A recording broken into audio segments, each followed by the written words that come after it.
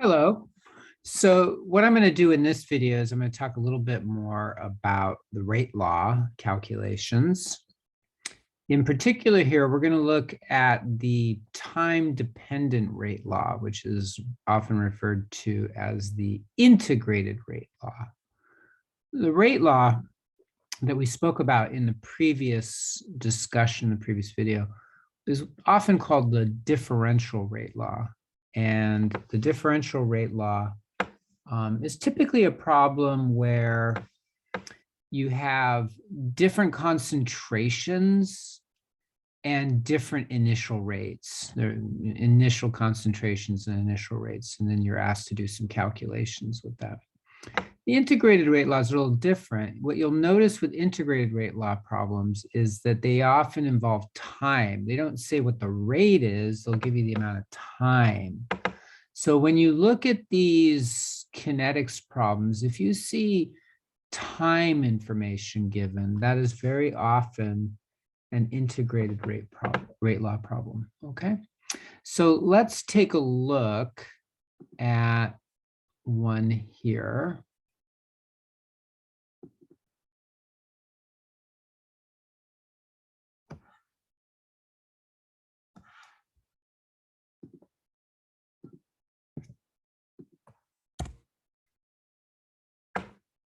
So here's an example. Calculating the change in concentration after a whole number of half-lives of a first-order reaction. Okay, so there's a few things in this problem we want to be aware of.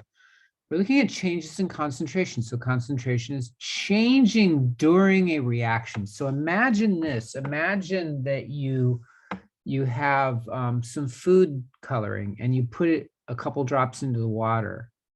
What will happen is that food dye over time will distribute throughout the water, right? You'll see the colors start to slowly mix into the water. Those are changes occurring. And in fact, the concentration is actually changing throughout that solution. Initially, there's no dye in there.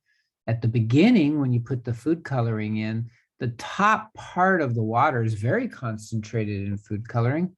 The bottom doesn't have any still, but over time it distributes and it's changing. So we're looking at what's happening over time.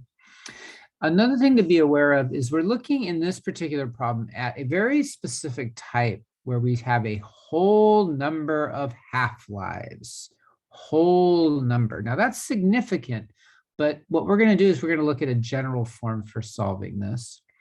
And it's a first order. The third thing to be aware of is this is called first order. Okay, so the rate at which a certain drug is eliminated by the body follows first order kinetics with a half-life of 43 minutes. So there's some drug, you take that drug, you take a pill, for example, swallow the pill. After 43 minutes, some of it is eliminated by the body, perhaps through chemical reactions, perhaps through urination, some mechanism by which you're losing this drug. Suppose in a particular patient, the concentration of this drug in the bloodstream immediately after the injection, okay, so it's an injection here, is 0.19 micrograms per milliliter. Now, those are somewhat odd units, micrograms per milliliter. What will the concentration be 86 minutes later? So after some period of time. So see how we're talking about time is going on here? It's 86 minutes. That is a multiple of 43. It's a whole number multiple, right? 43 times 2 is 86, right? So for this specific problem, the arithmetic is very simple. So let me show you for this type of problem how we approach it. So essentially what we're told is that the half-life for the elimination of this particular drug, and I'm going to use the symbol T1/2. This is most commonly used. T subscript 1/2, half-life. It's a time, and it's 43 minutes. Now, what that means is this.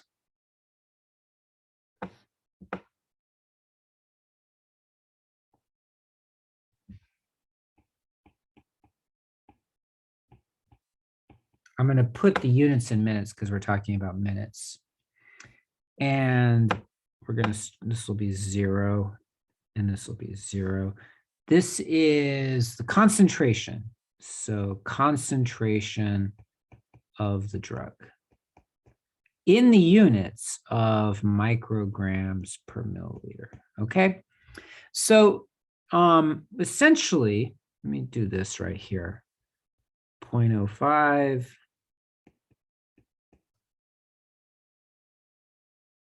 0.1, 0.15,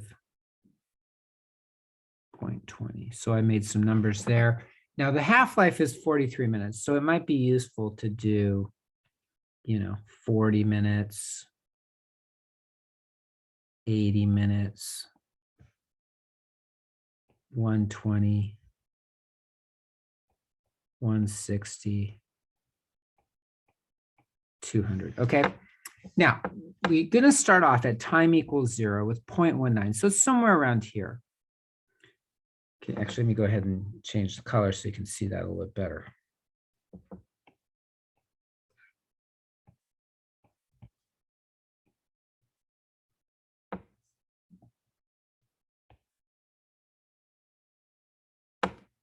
Okay. Okay, so at time equals 0, the concentration is 0.19 micrograms per milliliter. Okay, so that's about 0.19, right? It's more than 0.15. It's a little bit under 0.2. So it's somewhere around there. Okay. Now, the half-life, what that actually means is that is the amount of time it takes for the concentration of the drug to go down by half or by 50%. So if the initial concentration were 0.20 micrograms per milliliter, then after 43 minutes, it would go down to half of that, which would be 0.1, right? Half of 0.2 is 0.1. So it's the amount of time it takes to go down a half of what you start off. So a half of 0.19 is a little under 0.1. It's 0.095, right? So at 43 minutes, we're at 0.095. I'm going to put that as 0.095. And then I'm going to indicate that this is a little bit more than 40 minutes. It's 43 minutes, right? That's the meaning of the half-life, is that it's the amount of time it takes to go down to half of what you start off as, half the initial concentration. Now, what's interesting about and useful about first order reactions, and remember, first order means, we talked about this in the last lecture, is that the rate is equal to a rate constant. Remember, this is the rate constant.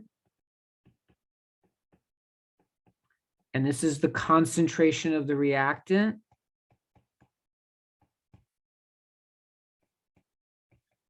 What's significant about first order, that's a 1, right? This, even though we're not generally going to write a 1 there, I'll put it there just for this.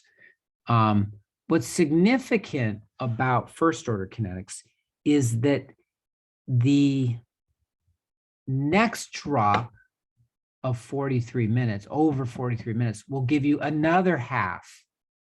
It's the same amount of time to go the first half as it is to go to the second half, interestingly enough.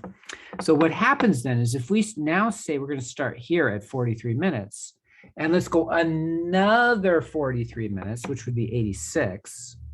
86 is somewhere around here, right? Somewhere around there. So I'll just mark that down here. This is 86. It's going to go down by a half. You're going to take your 0.095 and divide that by 2.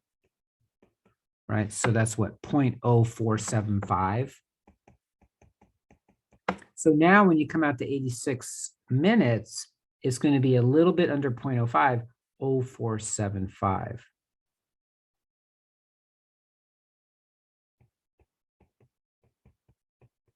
Okay, so when you see that it says a whole number of the half-life, that's all you got to do is just say, okay, how many minutes did they give me?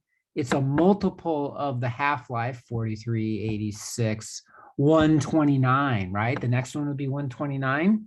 It would go down a half again. So even though they didn't ask you to do this, if you go out 129 minutes, it's going to go down in half again. So what is that? 0.02375.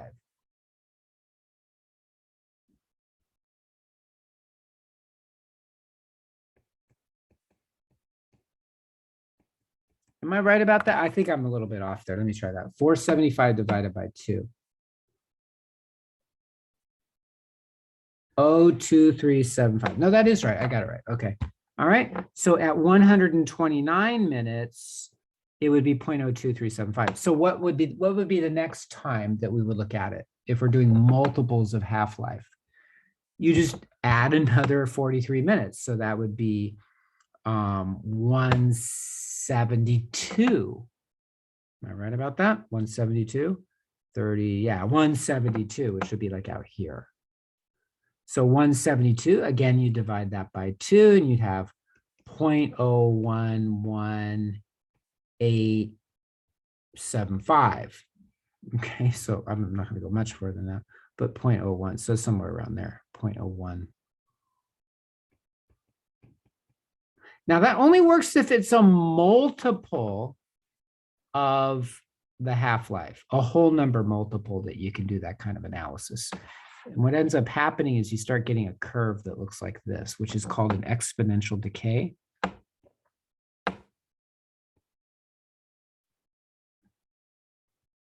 And you can keep going on. Now, interestingly enough, about exponential decays is they never reach 0. They just keep going down by half, by half, by half, but you never actually reach 0. Okay, so the key to that is noticing that it said, is that 86 divided by 43 is an exact whole number. If it's an exact whole number and you're doing half-life problems, you can do that analysis. Okay, so that's the idea behind that.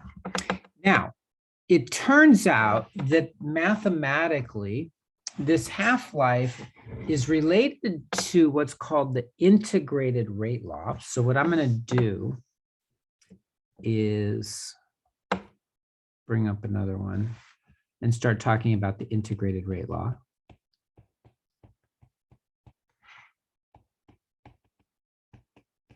For first order. Okay, sometimes this is written as first order. And remember, again, the idea here is rate equals, that's the speed of the reaction, is equal to our rate constant times the concentration of a reactant to the first power. That's called a first order reaction. Okay.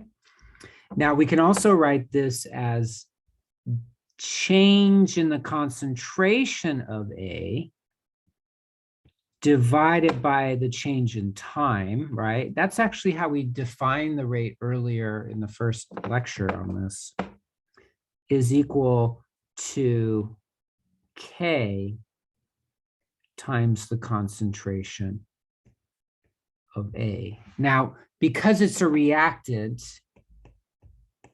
remember this is a reactant, you may not remember this. What we said was, if it's a reactant, we want the rate to be positive, but the change in concentration of a reactant is negative. It's going lower. So we want it to be positive. So what we do is we just put a negative here. Now you can put the negative on the left side or you can put it on the right side. Doesn't really matter. But the point is that we're going to have a negative in there so that our, this right here is negative.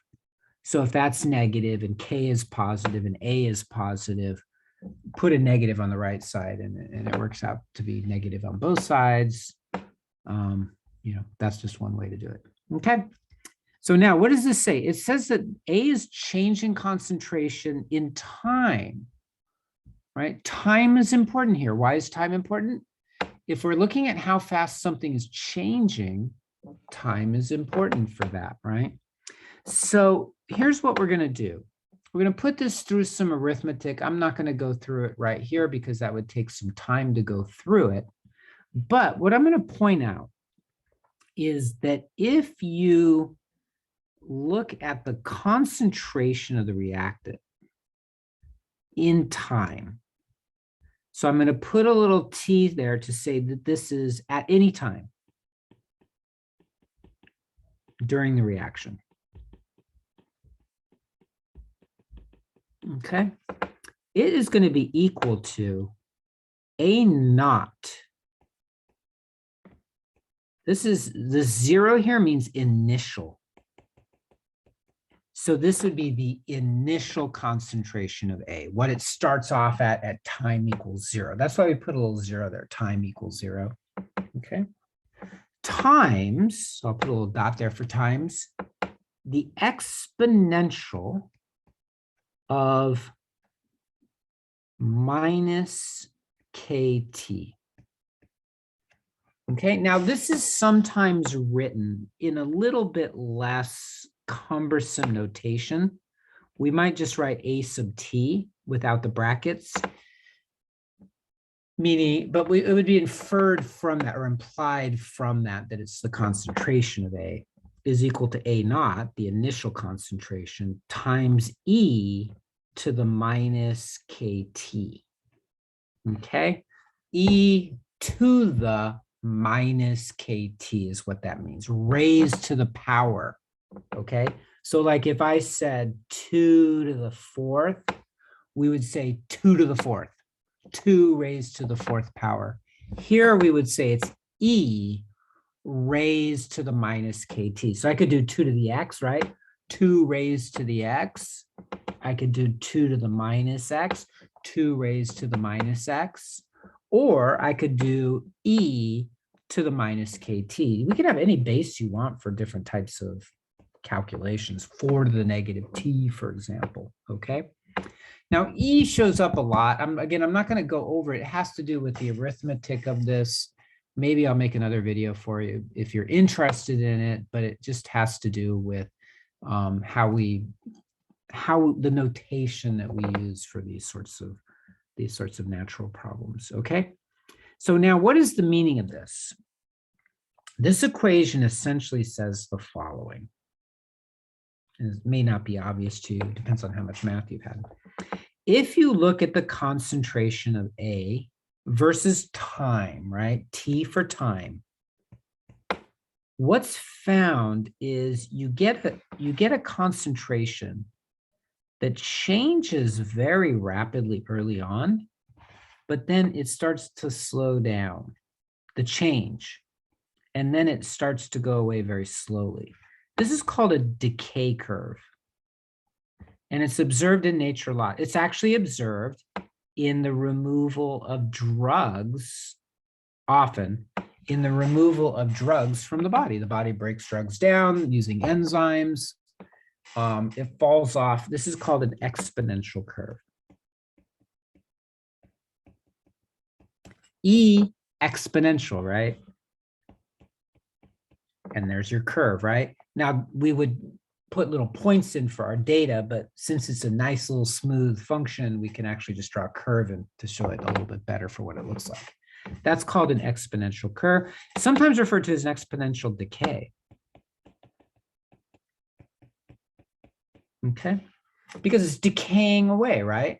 There's also something called exponential growth that is a little different, but we're not worried about that right now. We're looking at exponential decay. So the idea would be you take the drug, there's a lot of it in your body. Over time, the enzymes are reacting with this drug, taking it away, breaking it down into metabolites. And so the concentration of that drug is going to decay away in your body. Now, what we looked at in the previous problem was very specific example where you have the amount of time is exactly the half-life, the amount of time it takes to go down by 50%. And one of the things about first order kinetics is that that's going to be a regular pattern. But now what we're going to do is we're going to take, depending on which way you want to go around it, you can either use this equation or you can use this equation. But either one, you can use either one, and you end up with a different equation. It looks something like this. Natural log of the concentration of A at any point in time is equal to minus KT plus the natural log of the initial concentration, A naught. Now we have this thing called ln, which is called the natural log.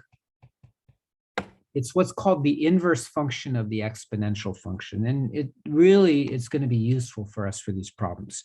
Now, this equation is useful in some forms, but it's also useful to have it in this form. Ln of AT over A naught equals minus KT. And I'm going to go ahead and put this in parentheses here. Sometimes this is a useful form. So what I would do, particularly when you're doing homework or you're doing exams, you know, for your little sheet studying for the exam, the one you're going to have next to you when you take the exam, write these equations down, write down that they're first order. This one right here, not so useful for these types of problems. This one here, not so useful for these types of problems. These two down here, though, are very useful. These two down here come from these ones up here. And again, I'm not going to go over how we do that. Okay, so this is for first order. There's a whole set of equations for second order. There's a whole set of equations for zero order. But for right now, we're focusing on first order. So notice the form of these. They have natural log in them. So you're going to need your calculator for that because you probably don't have a brain that can do natural logs in your head. I don't. Wish I did. It's got time in it. It has the rate constant, right? Remember the rate constant? That's K. It's in both of these forms. And then you've got concentrations in there as well, okay? Which one you use kind of depends on the type of problem they're at, the specifics of what they're asking you. So let's go in and do a problem.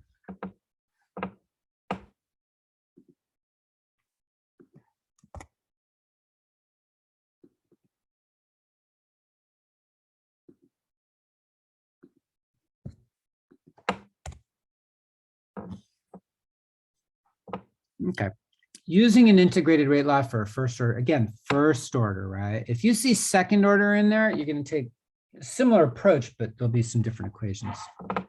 But initially, you're going to look at first order. Consider this reaction. 2NH3 gas is decomposing into N2 gas plus 3H2 gas, right? So 2 moles of ammonia vapor are decomposing, breaking up into 1 mole of nitrogen vapor, or nitrogen gas, plus 3 moles of hydrogen gas, all right? This is actually a type of reaction that's now being looked at for hydrogen, for storing hydrogen. It can be used in fuel cells and used in engines and that sort of thing. At a certain temperature, it obeys this rate law. So notice that rate law is R equals K times the concentration of the reactant, right? To the first power. So be careful, even though that's a 2 there, it's a first order rate law. We cannot ascertain what this exponent here is just by looking at that number right there, the coefficient, right? So suppose it's determined experimentally. Suppose a vessel, a container, that has ammonia, NH3, at a concentration of 0.740 molar. So think of that as an initial concentration. Calculate the concentration of ammonia in the vessel 940 seconds later. So T is 940 seconds. You may assume no other reaction is important. And that, you know, I'm not going to go through the theory of that, but things are often more complicated than we first imagine them to be. Round your answer to 2 significant digits. So what you're given is the initial concentration. You want to find the concentration 940 seconds later. You can't use this equation. It doesn't have time in it anywhere. It does actually, because rate is change in concentration over change in time. So you could, in a sense, use this, but it's not obvious how you would do it. So we want to go to that integrated rate law, the 2 that I put down at the bottom. Okay. So let me show you how to do this one. Okay. So the data that we're given is, we know that the rate constant is equal to 0.00138 reciprocal seconds. By the way, you can ascertain that this is a first order reaction by the units of the rate constant K. 1 over time units, 1 over time units for K, that tells you it's first order. If you get 1 over molarity times time units, then that tells you it's second order, and so forth and so on. Okay. All right. So we have that piece of information. So there's one piece of information.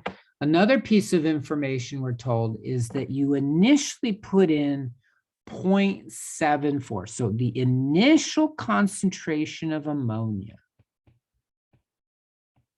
is 0.740 molar. And then when time is equal to 940 seconds, we now want to know what the concentration of ammonia is. Okay, that's really what you're asked to do. Those are the pertinent numbers there. We also know it's first order. So here, let me show you. Let's take a look at both equations. ln of concentration of ammonia at any time over concentration of ammonia initial equals minus KT. Okay. Now, I find it a little burdensome to write the chemical formulas in these problems, but that's fine, whatever. Okay, so you just got to kind of like figure out what goes where, right? So let's start with K. K is obvious, right? That's going to be right there. That's your K value right there. The amount of time we're talking about, that's T, is 940 seconds. So that's easy. We've got both of those numbers. So everything on the right side of the equation is known, right? We just got to plug those numbers in and check them out. Now, the initial concentration, now how it didn't say explicitly it's initial. It just said that it has that. So how do we know that's initial? Because we know that it's a reactant. So if you have a certain amount and then they say later in time is after. So the first concentration is going to be the initial. Okay. So the 0.740 is the initial. So now what do they ask us? They ask us for what's the concentration going to be after 940 seconds. So that's this right here. Okay, now that particular form of the equation, not the best form for this type of problem. So what I'm going to do is I'm going to take the other form.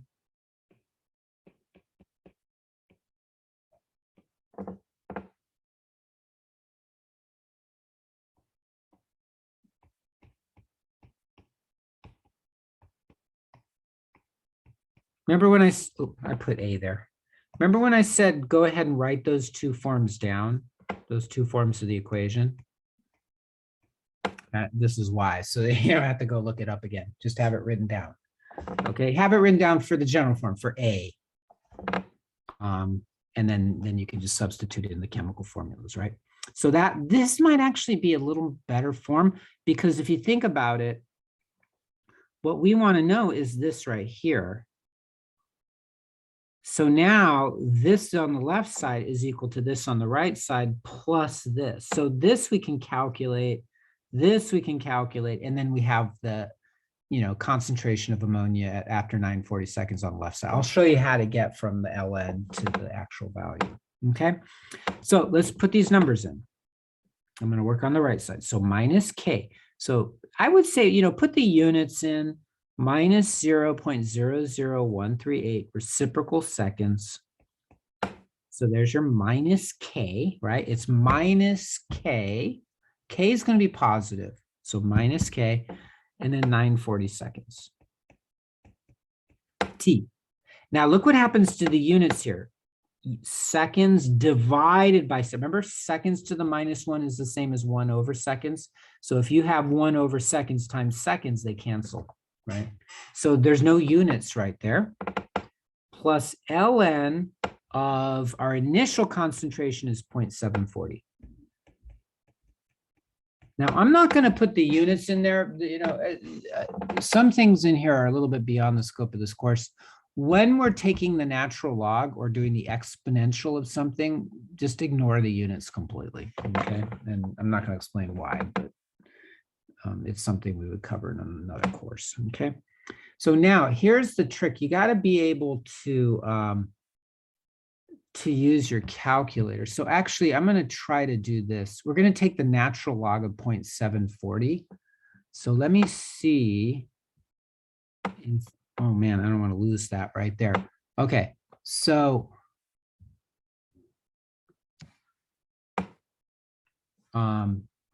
what you want to do is take your calculator and you put in 0.740 and you just hit ln, natural log, and you'll get negative 0.3011 something, something, something, right?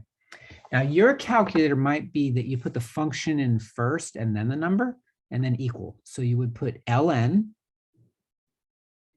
0.740 equals, and then that should give you the value. You should get negative 0.3011. So plus or minus 0.3011. Again, don't worry about the units there. So now I'm going to go through the arithmetic here of 0.00138 times 940, and you get minus 1.2972. Okay, so minus KT is minus 1.2972 plus negative 0.3011. So you're adding two negative numbers. So you're going to get a negative number that's even greater, where the absolute value would be greater, right? So 1.2972, let me just make sure I put it in my calculator here that that's a negative, and then minus 0.3011, and you should get minus 1.5983.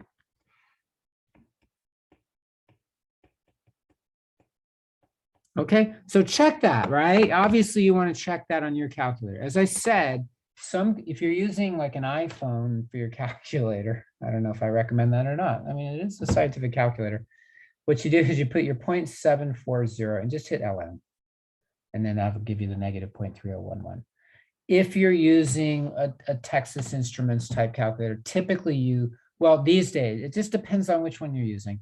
Some of them, you hit the function ln, then you enter in the number 0.740. You can close the parentheses if you want after that, and then hit equals. And again, you should get negative 0.30. I do recommend have a piece of paper next to you or an iPad if you're going to take notes on an iPad with an Apple Pencil, and just write down step by step, okay? Step by step, just like I'm doing here, okay? Now, here's the issue. I'm going to write this again. We have this here, minus 1.5983. But that's not the concentration of ammonia. That's the natural log of the concentration of the ammonia. So how do you get rid of the natural log? I don't want to use the terminology to mislead you. You don't get rid of something, but what you do is use what's called the inverse function. And just what I mean by that is, suppose I said I have x squared and I want to know what x is. You would take the square root of that to get x, right? Now, obviously, there's some issues with that when you take the square root of something. But if you're trying to figure out what x is, you would take the square root of the x squared. This is taking the square root is the inverse function of the square function. And so what you're doing is you're squaring it, then you're taking the square root, you're undoing the square. Same thing here. We want to undo the natural log. How do we undo the natural log? The exponential function. So here it is mathematically. If we take e to the ln of x, that's just equal to x. So if you have ln of x, you do e to it, and that gives you x. So e to the ln of ammonia is just equal to ammonia, concentration in time. But whatever you do to the left side, you got to do to the right side. So we also have to do it to the right side. Okay. So if you see ln, if you have a number on the right side, right? Our number on the right side is negative 1.5983. And you have ln on the left side, and you want to get rid of the ln, you just do e to both sides. Now, on the left side, you're not really noticing, you're just getting rid of the ln. But on the right side, you got to do e to that number. E to that number, okay? So how do you do e to that number? Well, let me put it in here, 1.5983 negative. There's a function called e to the x. So again, on this calculator, it's right above the ln. So you just hit e to the x, and that gives it to you right there. You just hit one button. So that will give you the answer.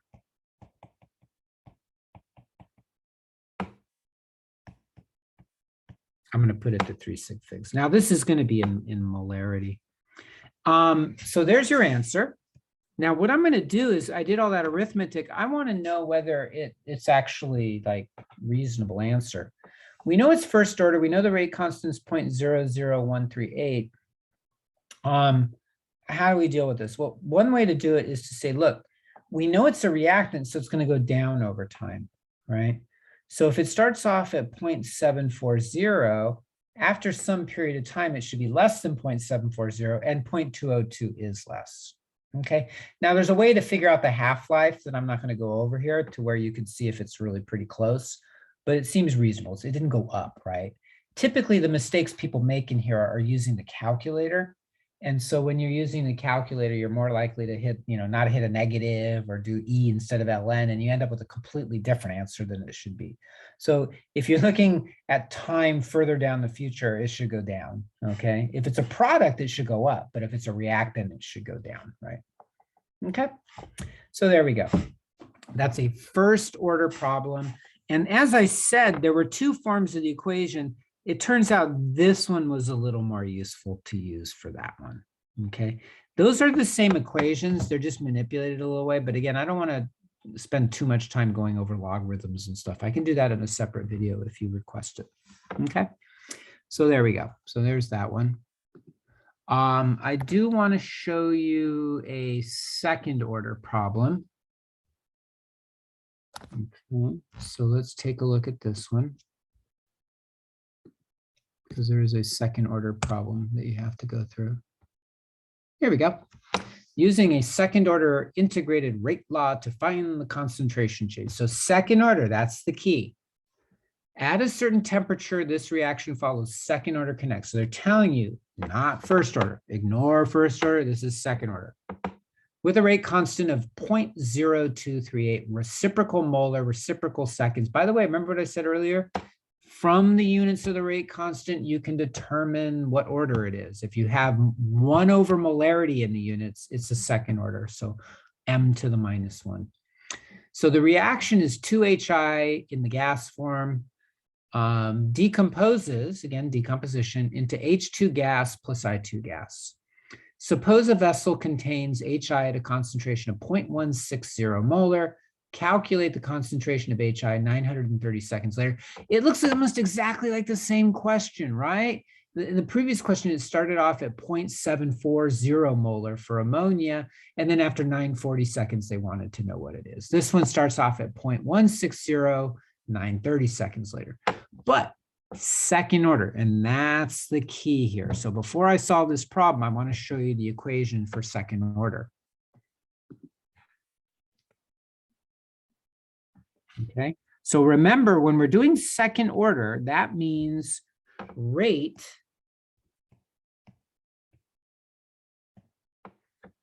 is equal to K times the concentration of the reactant squared. Second order, right? Okay, so what does that mean? Well, that means that delta concentration of A over delta T is equal to, remember, it's a reactant, so minus K times concentration of A squared. Squared, right? That's second order. Now, there's an integrated rate law for this. I'll call it IRT for integrated. Well, let me spell it out. Integrated rate law. The integrated rate law for second order looks typically like this. 1 over concentration of A at any time equals KT, not negative KT. For first order, it was negative KT. It's not a mistake here. plus ln of the, ooh, that's a mistake, plus 1 over concentration of A. Initial, remember 0 means initial at the beginning. Now, the tricky thing about this is that graphically, it doesn't look that, to our eyes, it typically doesn't look that different. So for second order, it looks a little, it's more of a parabola than it is an exponential decay, but it's like kind of decreasing as a curve. So it's not obvious to see, you can't see the differences very easily, you know. Why is something first order? Why is it second order? It just depends on nature. It depends on the chemical reactants, how they're reacting with each other. We have these things called mechanisms. So they might react by sticking together, then something happens, or they might react by one of them breaking apart and then sticking to the other one. We have to figure that stuff out. And it takes years for people to figure this out for one reaction. It might take a decade. There are particular reactions where even simple reactions that people debate over it, they study it, they argue over it, they do more experiments. It takes them long time to figure it out. And okay, so you know, there's some good techniques out there now, so we can figure them out probably faster. But it's still an involved process. It involves a lot of studies. And sometimes it's not even that obvious what the answer is. And sometimes it could be first order under some conditions and second order under other conditions. So, you know, it gets complicated, but we're looking at the basics here. So there's something called second order. Second order usually has a 2 as a coefficient, but you know, even that's a little iffy. Okay, here's your equation. Now, I'm not going to put a bunch of different forms of this like we did for the first order. This is typically the equation we use for second order. This is the most common one and most useful one. Okay. What's significant about this, there's no natural log in it. So that means there's no exponentials, right? We don't have to worry about natural logs or exponentials. It's reciprocals, interestingly enough. So 1 divided by, okay? And then we're going to add those 2 terms on the right side, okay? So there it is. Again, you want to maybe label this second order and then put that on your same sheet with your first order so that you know which one to use, okay? So let's, what I'm going to do is I'm going to come back over here and see if I can find this problem. Okay, so they gave us the reaction, but to be honest with you, I'll write it this way. They told us the rate constant is 0.0238. I'm not going to put the units in there. I'm just going to put times the concentration of HI to the second power. Okay, so that way we know what K is. What else do we know? We know the initial concentration of HI is 0.160 molar, and time is 930 seconds. And we want to know what the concentration of HI is at 930, right? So I'll write it that, right? Hopefully that kind of makes sense the way I wrote that, right? I'm saying, what is the concentration of HI after 930 seconds? So my subscript will be 930 seconds, okay? Well, it tells us that if it told us it was first order, we would use the equation we did in the previous problem. But since it's second order, we'll use this equation that we have over here. So again, this is written in a way that's pretty useful. We know what K is, we know what T is, so we know that whole term. We know what A naught is, so 1 over that. Now we just find 1 over AT and then take the reciprocal and get AT, okay? So 1 over the concentration of A at 930 is equal to KT. So 0.0238, M to the minus 1, S to the minus 1. So there's your K. I'll put it in parentheses. 930 seconds. So what's going to happen? The seconds are going to cancel and you'll have 1 over molar plus 1 over 0.160. Now remember the whole kind of rule about adding and subtracting. You add apples to apples and oranges to oranges, meaning that if you're adding or subtracting quantities, they have to have the same units. If you're multiplying or dividing, they don't have to have the same units, but adding and subtracting, they do. You can't subtract 5 dimes from 1 nickel, right? Convert them all to pennies, and then you can do that. So now let's see what happens. We would expect over here the units to be 1 over molar because it's 1 over concentration, 1 over molar. On the right side of the equation, this is going to be 1 over molar because the seconds cancel, and this is going to be 1 over molar here because that's 1 over concentration. So there we go. So now we can just do our little calculation here. So 0.0238 times 930 equals, again, have a little sheet of paper. Here you're probably not going to have any negatives, right? Because there's no ln. The ln is like the natural log of a number less than 1 will give you a negative. That's why we had negatives in the previous problem. So 1 divided by 0.160, and you have a 6.25. Okay. So you're adding two values that are not all that different. Some problems with like one value would be like 1,000, the other one would be 0.01, and so there it doesn't really, you don't really have to add the second one. But here, 22 and 6, those two numbers are pretty close to each other, at least in powers of 10, right? So 6.25 plus 22.134, and you get 28.384.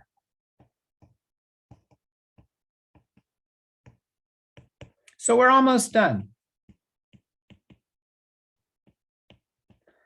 Okay, so if 1 over x is, I don't know, 17, then to find x, you take the reciprocal of both sides, right? So we're going to take the reciprocal of both sides. So that will give us concentration of A at 930, 1 over, remember, I'm taking the reciprocal of both sides.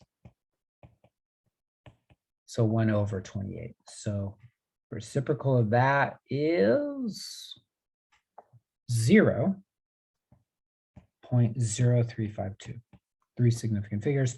The units, interestingly enough, are molar, right? Because 1 over m to the minus 1 is the same as 1 over m.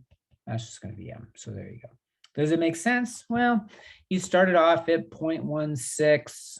It went down, right? It's not 0.352, it's 0.0352. So you went down by, I don't know, about, let's see, 0.08. You went down by about 75%, right? It's less than a quarter of what it started off as. So, it's hard to judge it with that equation very obviously, but it went down at least, right? So you can tell that. Okay.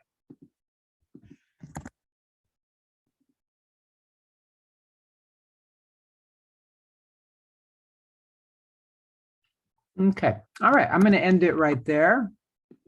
So that's a good little introduction to first order and second order equations, kinetics.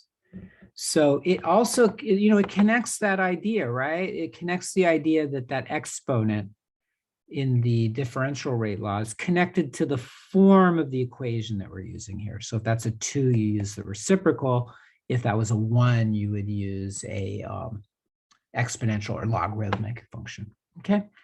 So the next topic that I'm going to go over in the next lecture is going to be activation energy. So I'm going to spend a lecture on activation energy, and then I'll do one on reaction mechanisms as well. So those will be two separate equations, two separate lectures there. So take care.